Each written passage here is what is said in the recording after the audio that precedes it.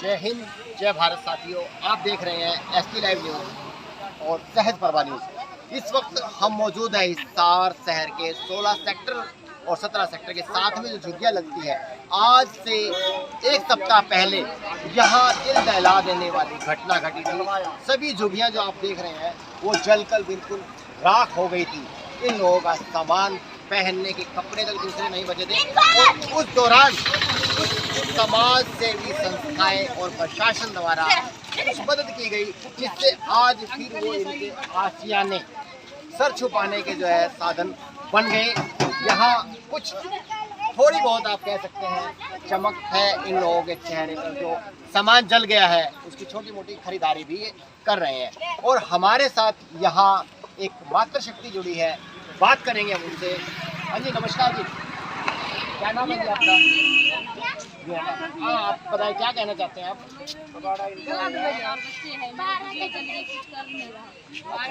मतलब आपके पति भी नहीं है, बच्चे कितने हैं? 4 बच्चे, 2 लड़का 2 लड़की, सारे छोटे।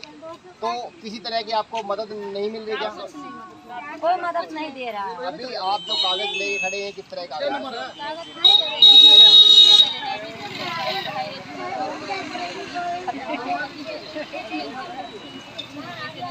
पेंशन वेंशन कुछ नहीं मिला?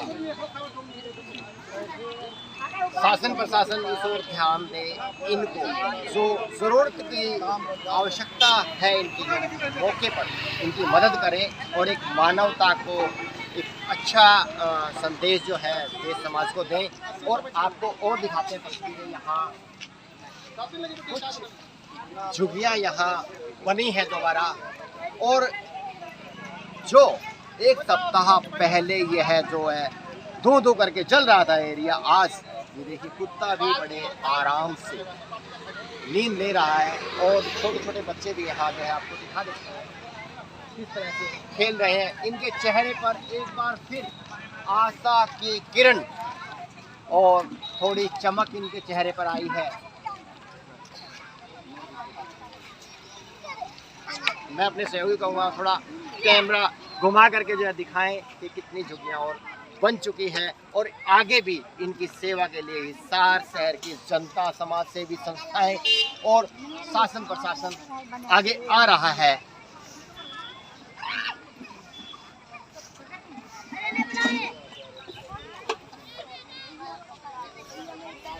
देखिए फिर से यहाँ जो है बच्चों की किलकारियाँ गूंजने लगी हैं, बच्चे फिर से यहाँ खेलने लगे हैं।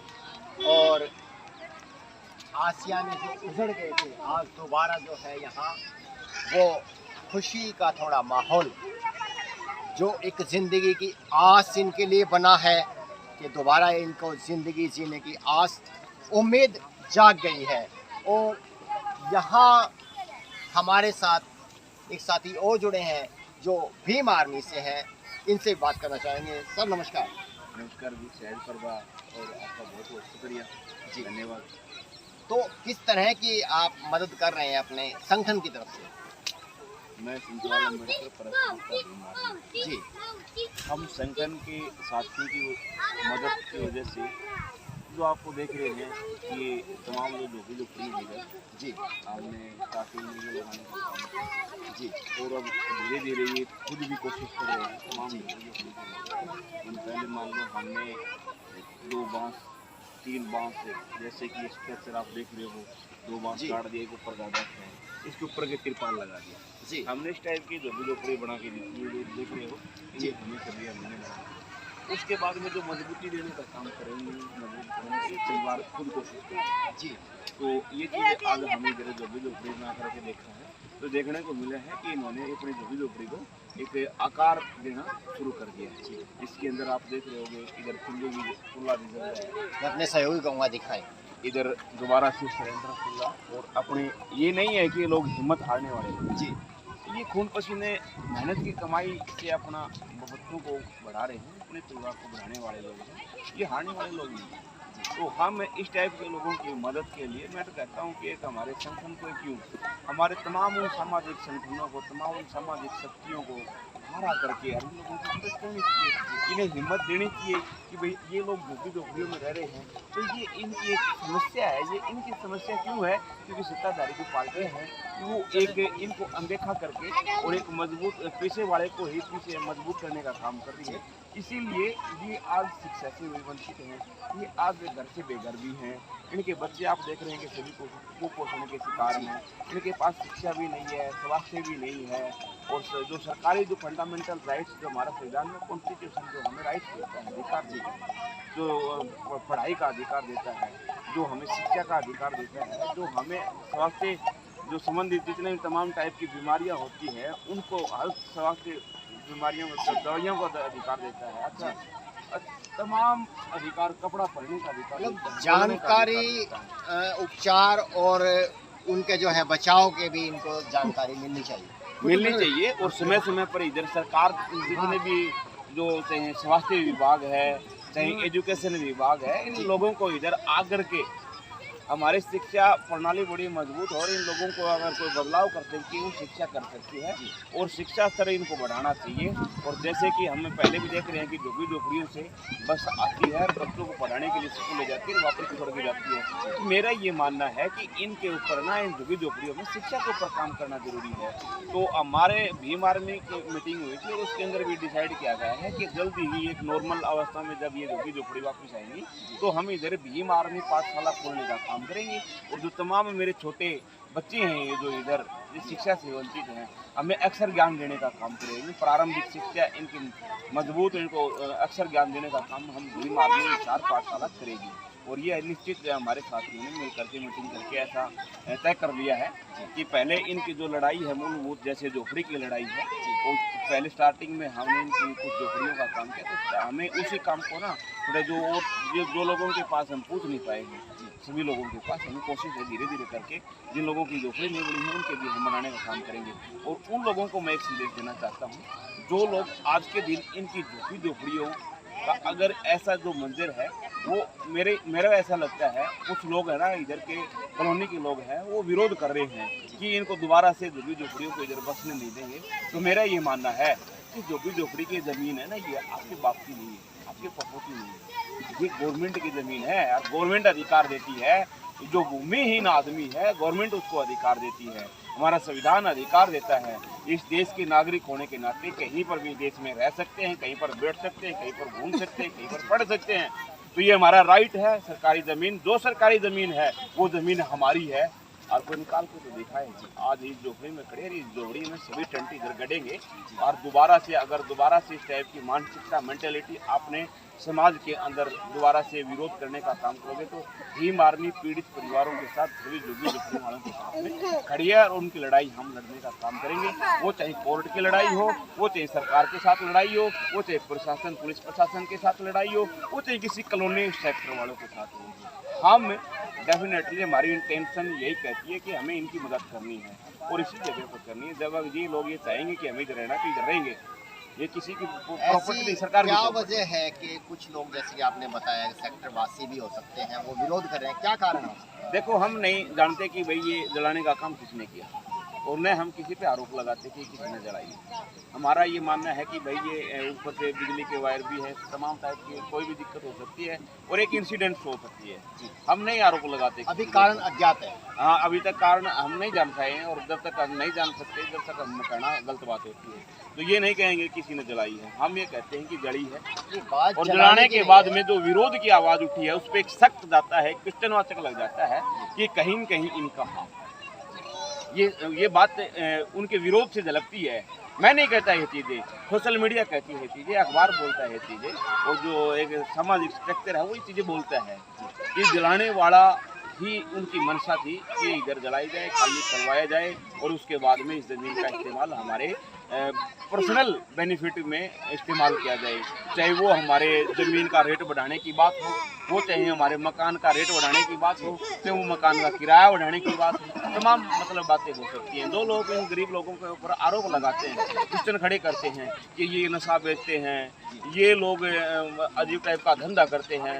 मैं लोगों को कहता हूँ, अरे आप लोग इधर कभी आए हो क्या? कि आप लोग धंधा करने के लिए आए हो कभी? आप लोग अगर आपको ये कहते हो कि आपने देखा, कभी देखा है आपने, कभी बताया आपने, आज झोपड़ी झोपड़ी चलने के बाद में तो आप आरोप, तमाम टाइप के आरोप लगा रहे हो उन गरीब आदमियों के ऊपर, जिनके शरीर पर कपड़ा नहीं है, वो मतलब धंधा करेंगे, वो लोग नशा करेंगे। अरे जिसके पास खाने के लिए रोटी नहीं है वो नशा करेगा, ये बात हजम नहीं होती है कहीं। उन लोगों को सुनो, देश थोड़ा सोचना चाहिए। जी देखिए कितना अच्छा संदेश दिया संतलाल जी अम्बेडकर ने। आज कहते हैं कि डूबते को तिनके का सहारा, अन्य कुछ सामाजिक संस्थाओं ने भी जो है आगे आए और इनको एक जीने की उम्मीद जगा दी, और उसमें मुख्य तौर पर जो है भीम आर्मी ने भी अपनी आहुति दी है कि इनको एक जो दोबारा से एक नया जीवन जीने की जो है उम्मीद जाग चुकी है। हमारे साथ जुड़े हैं यहाँ प्रदीप बानखड़ जी, जो कि जिला प्रेसिडेंट है यहाँ भीम आर्मी से, बात करना चाहेंगे। सर नमस्कार। नमस्कार सर, बहुत बहुत शुक्रिया आपके चैनल आप लोग इतने अच्छे काम को दिखा रहे हो, आप लोग जो बार बार इन लोगों की मदद करने का काम लेवल पे आप लेके जा रहे हो, बहुत अच्छा काम कर रहे हैं। हमारी सर मांग यही है सरकार से, अब हम डिस्कशन ही हमारा ये होगा। अगली लड़ाई में परिवारों से भी मिल के आया हूँ, मैक्सिमम परिवार का कोई कहीं से कोई कहीं से है, परिवार चाहे कहीं से भी हो, लेकिन जीने का सभी को अधिकार है, मकान का सबको अधिकार है। अगर उनको वहाँ पे काम नहीं है तो सरकार ही इस बात की व्यवस्था करेंगे। ये सरकार की जिम्मेदारी है इनके काम की व्यवस्था करना। हम लोग इस मांग को एक अच्छे लेवल पे उठा के इन लोगों के न्याय दिलाने की बात करेंगे। अगर हो सकता है सभी साथियों से डिस्कशन करके, बातचीत करके हम हो सकता है रोड पे भी आ जाएंगे, क्योंकि देखो कॉन्स्टिट्यूशन है, हमारा अधिकार है, हमारा अधिकारों का कोई भी हनन करेगा तो उसको बख्शा नहीं जाएगा। दूसरी हम ये कोशिश करेंगे इनकी एजुकेशन, क्योंकि देखो मैं पूरा घूम के आऊँ, कोई भी बच्चा पढ़ा लिखा नहीं है यहाँ पे, एक बच्चा भी मैंने नहीं देखा कि आप स्कूल में जाते हो। तो भीम आर्मी पाठशाला यहाँ पे आके इनको एजुकेशन देने का भी काम करेगी, इनको पुस्तकें दिलाने का भी काम करेगी, इनकी अच्छी एजुकेशन इनका थोड़ा सुधारने का काम करेगी। दूसरा, सरकार के जो नुमाइंदे बैठे हैं जो वोट लेने के लिए तो इनको यूज़ करते हैं, लेकिन जब इनके अधिकारों की मांग आती है तो पीछे खड़े होते हैं। अब पीछे खड़े होने का वक्त नहीं है सर। ऐसी पता नहीं कितनी झुग्गी झोपड़ियाँ होंगी जहाँ पे इस देश का जो बच्चा है, जो भविष्य जिसको देखते हैं, वो खत्म हो रहा है। आप जाके देखो कितने बच्चों की ना एजुकेशन ना मिडिल स्टैंडर्ड है, बच्चे कहाँ घूम रहे हैं, कितनी बीमारियाँ हैं, कितनी समस्याएं हैं, लेकिन सरकार को बिल्कुल भी ध्यान नहीं चीज़ों का।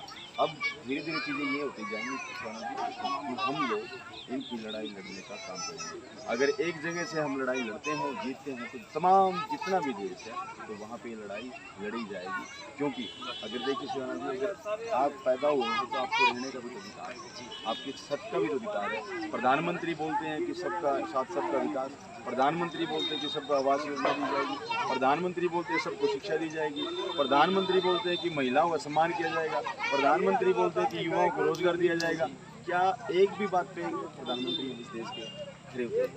ये यहाँ की जो व्यवस्था है, जो यहाँ की व्यवस्था, हरियाणा की जो मुख्यमंत्री मनोहर लाल खट्टर से मेरा सीधा कहना ये है कि ये दुष्यंत चौटाला जी आपका मामला है, मुख्यमंत्री जी आपका मामला है, आप इसके ऊपर तुरंत संज्ञान लें। इन लोगों का कोई भी दोष नहीं है कि गरीब पैदा हुए, इन लोगों की व्यवस्था ऐसी बना दी कि इनको ऐसा काम करना पड़ रहा है। ये लोग कोई मतलब आप 5 स्टार होटल की डिमांड कर नहीं रहे, ये लोग कोई फ्लैटों की डिमांड तो कर नहीं रहे, ये लोग की डिमांड कर रहे हैं, और यहाँ से भी इनको उठाने की बातचीत कर रही है, बातचीत करते हैं तो यहाँ से भी उठाने की बात, लेकिन ऐसा हम कतई बर्दाश्त नहीं करेंगे। अगर यहाँ से उठाया जाएगा तो हम इनके पक्के मकानों की डिमांड करेंगे। ये बहनें हमारी जितनी भी हैं, ये तमाम बहनें हमारे साथ खड़ी हैं, तमाम भाई हमारे साथ खड़े हैं, तमाम बच्चे बूढ़े जितने भी हमारे साथ खड़े हैं। क्योंकि देखिए किसी भी छत की अगर आप लड़ाई लड़ते हैं तो इससे महत्वपूर्ण लड़ाई में नहीं। वोट लेने के लिए तो जो नेता है इनके घर में खाने का नाटक करेंगे, इनके घर में आने का नाटक करेंगे, इनके साथ में बिस्तर पर बैठेंगे, लेकिन जब अपना सीधा निकल जाता है तो इन लोगों से पास आना चाहिए। क्या ये लोग जिस देश के अचिन्ह नागरिक हैं, ये आदिवासी लोग हैं, ये देश के मूल निवासी लोग हैं, और ये जानना पड़ेगा राज्य सरकार को। अगर ये अपना अधिकार अगर जान चुके होते तो आज आप तमाम चीज़ों को दोबारा से इनको धमकियाँ मिलना शुरू हो रही है, दोबारा से इनको परेशानियाँ आना शुरू हो रही है। इनको ये है कि ये झुग्गी झोपड़ी हमने दोबारा से डिसाइड कर ली, कहीं हमारे साथ में फिर दोबारा से दिक्कत ना खड़ी हो जाए, हम कहाँ जाएंगे। अब जब गवर्नमेंट होता है गवर्नमेंट जी, बहुत बहुत अच्छी आपने बात कही कि इन लोगों का फंडामेंटल राइट्स है, ये देश के मूल निवासी है और जो अधिकार एक एमएलए एमपीज को है, एक 5 स्टार होटल में खाना खाने वाले का वो अधिकार भी इनको है, लेकिन सबसे पहले होता है जीने का अधिकार, रोटी कपड़ा और मकान, वो भी आज इनका छीन जाने के बाद दोबारा जो है प्रयास से आज दोबारा बसने की उम्मीद जाग गई है। उसके बावजूद सुनने में आ रहा है कि कुछ प्रभावशाली लोग आज भी इन झुग्गियों के पीछे पड़े हैं इनको उठवाने के लिए। तो आप और किस तरह के प्रयास कर रहे हैं? मैं इस बात में अच्छी गैर कर देता हूँ। आज उन लोगों को बड़ी इन लोगों से घृणा होने लगी। अरे यही तो लोग हैं जो तुम्हारा गटर साफ करते हैं, यही तो लोग हैं जो तुम्हारा टॉयलेट साफ करते हैं, यही लोग हैं वो जो तुम्हारा गंद साफ करते हैं, मैला उठाते हैं, यही लोग हैं वो। आज तुम लोगों को इनसे वो आने लगी। हमारा प्रयास सर यही है, इनकी एजुकेशन, इनको मकानों की कोशिश, इनको मकान दिलाने की पूरी कोशिश करेंगे। सर देखो, हम बीम आर्मी के लोग हैं, हम आरती कभी नहीं, या तो हम जीतते हैं या फिर हम सीखते हैं। हम इनकी लड़ाई लड़ने का काम करेंगे। माननीय संतलाल साहब ने भी घोषणा, और विजय पर हमारे अखबार जी उन्होंने भी घोषणा करी है, भाई ने भी घोषणा करी है कि इन लोगों की कंधे से कंधे मिला के हम लड़ाई लड़ने का काम करेंगे, चाहे उसका अंजाम फिर चाहे कुछ। हम यहाँ की सरकार से डिमांड करेंगे, या मुख्यमंत्री मंगवाओ, अगर तुम्हारे पास नहीं है तो मंगवाओ भाई बिहार से लोगों को, अगर ये वहाँ से मांगे सरकार से कॉन्टेक्ट करो। लेकिन बार बार ऐसी चीज़ें नहीं है सर, किसी भी गरीब आदमी मेरा को मान देगा जो भी कुछ भी करा देगा, ऐसा कैसे चलेगा? कब तक चलेगा? ऐसा नहीं। बहुत अच्छा निर्णय दिया आपने। और इस तरह से जो एक जोश जज्बा इन युवाओं के अंदर है, भीम आर्मी के सिपाहियों के अंदर है, वो जज्बा आज देश के हर युवा के अंदर होना चाहिए। लेकिन दुर्भाग्य है नहीं है, कारण अशिक्षा। जाग तो चुके हैं लोग, लेकिन जागने के बावजूद भी वो काम नहीं कर पा रहे। उनकी कोई भी वजह हो सकती है, लेकिन आज जो है यहाँ व्यवस्था है, दोबारा जो है इन लोगों के चेहरे पर एक खुशी की लहर आई है। मैं अपने सहयोगी कहूँगा पीछे भी और जो झोपड़ियाँ हैं उनको दिखाएं, जो झुग्गियाँ हैं उनको दिखाएं, किस तरह से ये लोग दिन रात मेहनत करके और अपना गुजर बसर करते हैं। उसके बावजूद इनके आशाएं जल जाते हैं, पहनने कपड़े तक नहीं बनते। आज जो पूंजीपति लोग इनका विरोध कर रहे हैं इन झुग्गी झोपड़ियों का, मैं अपने चैनल की तरफ से भी एक सवाल करना चाहूँगा, उनकी कोठियों में सफाई कौन करेगा, उनके बर्तन कौन मांजेगा, उनके कपड़े कौन धोएगा, खाना कौन बनाएगा, बीमारी की अवस्था में उनकी देखभाल कौन करेगा?